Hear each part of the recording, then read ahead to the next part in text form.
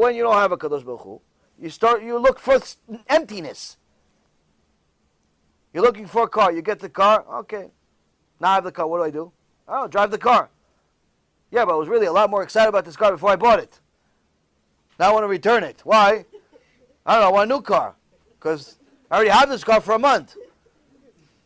That's what happens with rich people. You buy a car, you get the car, you're excited before you get the car, you finally get the car, you waited a year for this car because it's like one of those fancy schmancy cars. You're on a waiting list for a year, you tell all your friends you're on a waiting list. Oh, you're not on a waiting list? Oh, you should be on a waiting list. Wait. Finally you get the car, 10 minutes after you get the car, you're bored already. Why? It still drives. Nothing changed.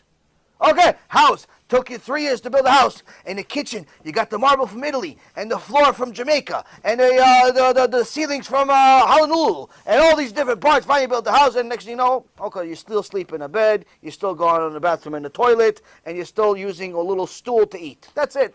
Same thing. House, you finished. Yeah, what about all that fancy stuff you have? You have a fountain that comes out, and the lights, and the beams, and the movie theater. You go, yeah, I don't use that stuff. Why don't you use that stuff? He goes, who has time? Who has time to use the fountain in the bowling alley? And who has time for that stuff? I go to sleep in the bed. I go to the bathroom and the toilet. And you eat on a little stool with a little plate, plastic plate, because you don't feel like washing the dishes. The whole house, $1 million house, $5 million house, $10 million house becomes meaningless a week after you're in it. I know I had it. I had a $4 million apartment on the 35th floor, 400 square foot balcony. My apartment was bigger than most people's houses. It meant nothing. So little it meant to me. Even at that time, I never really cared for that stuff. I didn't even care to buy window shades. Who has time to buy window shades? People came to the house and said, oh, you just moved here? I'm like, no, I live here 5 years already. Because where's the furniture? Because where's time to buy furniture? Nice house, though. Yeah, nice house. Meaningless. It's all meaningless. People chase their whole life. They chase money. They chase girls. They chase guys. They chase cars. They chase the emptiness of the atom. They chase nothing. That's the worst part of life without a Kadosh Baruch Hu. Your whole life you're chasing nothing. Nothing. You chase money. You have it. So what? You have money. What do you think? If you have money, you have $10 million, $20 million. What do you think? You count the money all day like Uncle Scrooge in the cartoons? 1, 2. What do you think? You swim in it? You have a little cave and you go and jump inside it with a gold coin? No, it's in a bank. It's digital. You have an account on a computer. Look on your phone. Okay, whether you have $3,000 like me or you got $400 million, you still have the same account on the phone. It still means nothing. It's still digital. You don't even have the cash anymore. Who walks around with $1 million? Nobody. It's nothing. Oh, okay, I need to buy stuff. Okay, so use the PayPal, use the credit card, or use some application to go buy something. Okay, so you buy something. Big deal. But what did you give up for that money? You gave up your wife, you gave up your kids, you gave up your life, you gave up everything. You're 80 years old. By the time you want to spend the money, you die. Meaningless. That's the worst part of the Alma Dashika. That's the worst part of the world of lies. Your whole life, you're chasing nothing. And you only realize it's nothing when it's too late. On the other hand, you could be like Joshua here. He already started doing tshuva 4 years ago. 4 years ago when I met him. Baruch Hashem. He has Torah already right now. He already knows what the emet is right now. He already knows what he wants right now. That's what we got to be. We got to be like Joshua. We got to keep learning Torah all day, all night. Why? Because the more you learn, the more Kadosh Baruch Hu you have. The more Kadosh Baruch Hu you have, that's the point. That's life. That's everything. Money, no money, okay. It's another atom. That's it. That's all it is. That, I think, is the most important question and important answer. If you have to understand, without a Kadosh Baruch Hu says you're simply walking dead. There's no life. Why? Whatever you're chasing, you're going to find out that once you get it, it was a trap. It was nothing. You chased it, you got it, you're bored. You need something else. Rabbi Yochanan says there's a evar katan in the body. There's a small member in the male body. Masbi'o raev, V'marivo savea. Someone that feeds it is always hungry. Someone that starves it is full. He says, what is that? It's the male sex member. It's the male member. Why? He says, the more you satiate it, the more you use your male member, you're always going to need more girls, more you, more this, more. It's never going to be enough until you kill yourself. But if you starve it, you only do it at a time with your wife, and she's kosher, she went to the mikveh, and so on, guess what? You're always going to be happy. You're always going to be content. You're never going to complain about that part of your life. Every time you're together, it's going to be like Gan Eden, like your chuppah, Yishtabach Shimo. You're the happiest person in the world. Yeah, but how come this superstar in Hollywood, he's replacing wives every other day? What happened? Because he's constantly satiating. He's constantly. He never has enough. And that's what the Gemara says. And that's what Rabbi Nachman Breslov says. Person that's promiscuous, person that's immoral, what happens is first he starts with himself. Then he's promiscuous with the opposite sex. Then it's not enough. It's not enough taboo. He starts going with the same sex. Then it's not enough. He starts going to these protests over here, these gay pride parades. And after he realizes that's not enough, he starts going with animals.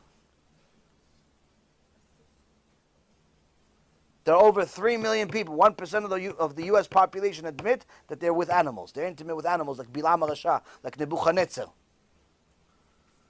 In the Torah and the Tanakh, it's nothing new.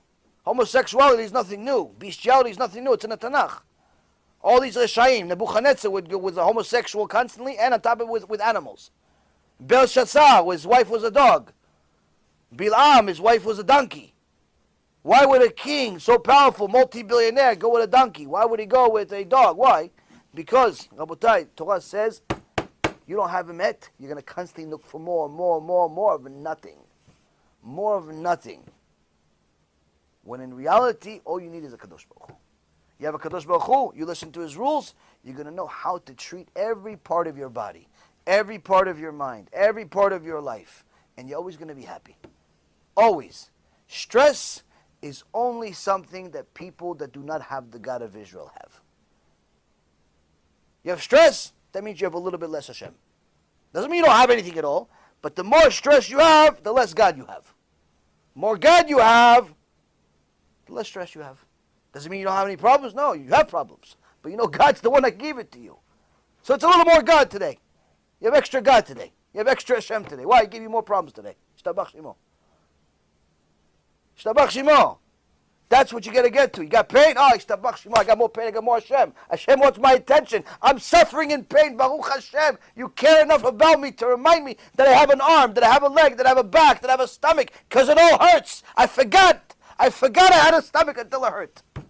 I forgot I had a back until it hurt. Ishtabach Shimo. Who thinks about their back? Did any of you guys think about your back today? You thought about it. You know why? Because it hurts you. That's why. That's why you thought about your back. But the average guy didn't think about his back. Why? Because it didn't hurt. You have pain, say Ishtabach Shimo. I have an arm. That's why I know I have an arm. Why? It hurts. Sometimes HaKadosh Baruch Hu gives me such a present, he makes my entire body hurt. I say Ishtabach Shimo. I have a body. I have a body. It hurts. Ishtabach Shimo. How many people wake up in a day and say, Baruch Hashem, I have a body? Most people are like, I need to lose some weight. I need to lose some weight. Lose some weight. You have a body. You have a nose and it works. You have ears, you have eyes, they work. More Kadosh Baruch Hu. More Kadosh Baruch Hu. All of this, Rabotai, starts with recognizing that HaKadosh Baruch Hu is everything. As soon as you realize He's everything, you start fearing. You fear HaKadosh Baruch Hu. Why? Because He's in charge of everything. But the more you have, the more Yirat Shamayim you have, you start getting to know Hashem more. You start Hashem is involved in every part of your life. You start falling in love with HaKadosh Baruch Hu. You can't skip steps. You can't skip steps. It starts with the basics, and then you little by little go up and up. Bezrat Hashem, one day we'll go up. Bezrat Hashem, one day we're going to graduate. We're going to do something good in our life. But the reality is you have to start little by little. Little by little, you start with fear of HaKadosh Baruch Hu.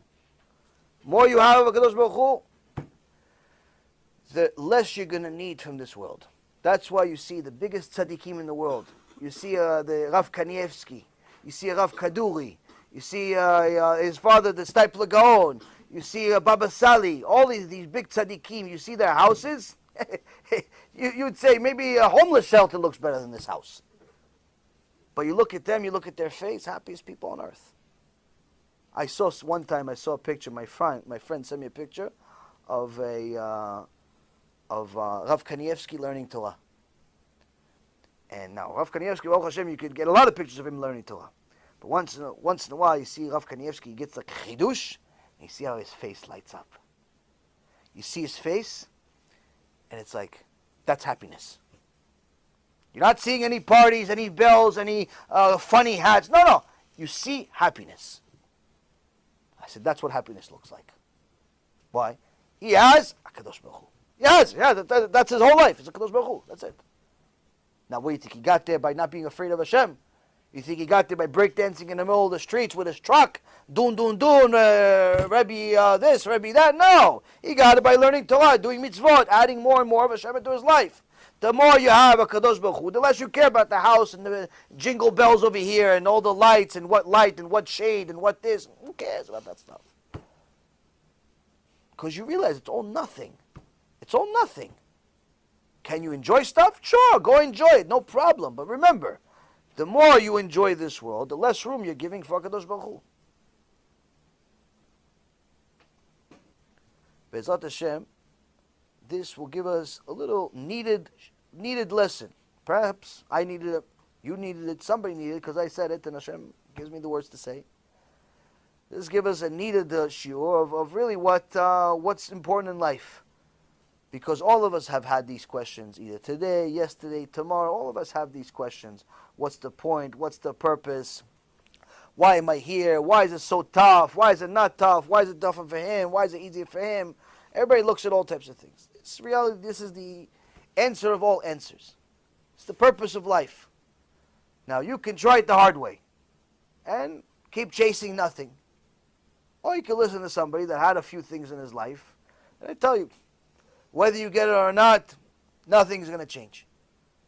Money does not change your problems.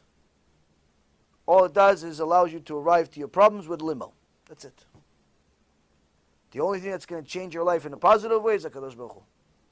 Only thing that's going to make you happy is HaKadosh Baruch Hu. Only thing that's going to give you a purpose is HaKadosh Baruch Hu. That's it. Everything else is a trap. Everything else is emptiness, like the atom. But it looks full. It looks complete.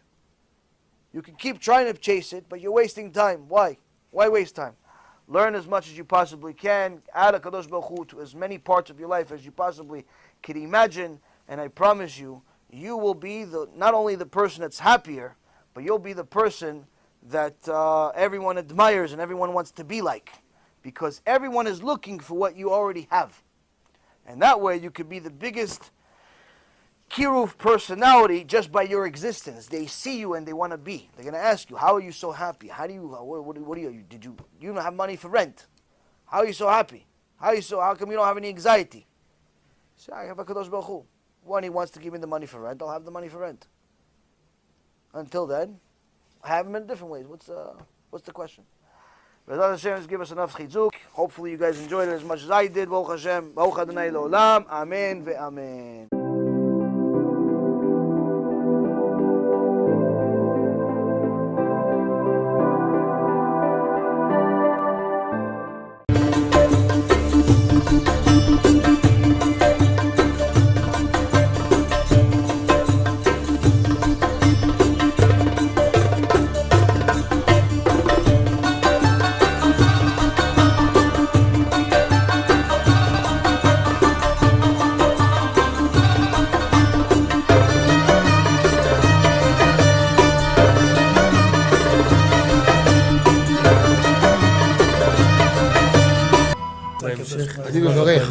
אני מברך את הרבנים, רגע. אני מברך את הרבנים, הרב ירון ראובן, הרב אפרים כחלון, ראשי ארגון בעזרת השם, שהלכו בפי עליון, שעלו מעלה, יהיה להם ברכה והצלחה, הקדוש ברוך הוא ימלא בישועות ליבם לטובה ולברכה, שבכל מה שיפנו ישכילו ויצליחו, יזכו לעשות כאלה וכאלה, רדינו תורה לאדירה, אמן ואמן. בעזרת השם רשת בכל הארץ. הוא היהודי הזה, הוא היה מיליונר, סגר את כל הביזנס, אמר אני משקיע פה בעולמה של תורה. איפה הוא גר? בפלורידה. פלורידה. איפה זה פלורידה? באמריקה. במיימי. כן, ליד. אנחנו שם עכשיו הולכים להקים קהילה ספרדית גדולה. תעבירו מה שבירכתי אותו. כן, קהילה ספרדית גדולה. כן.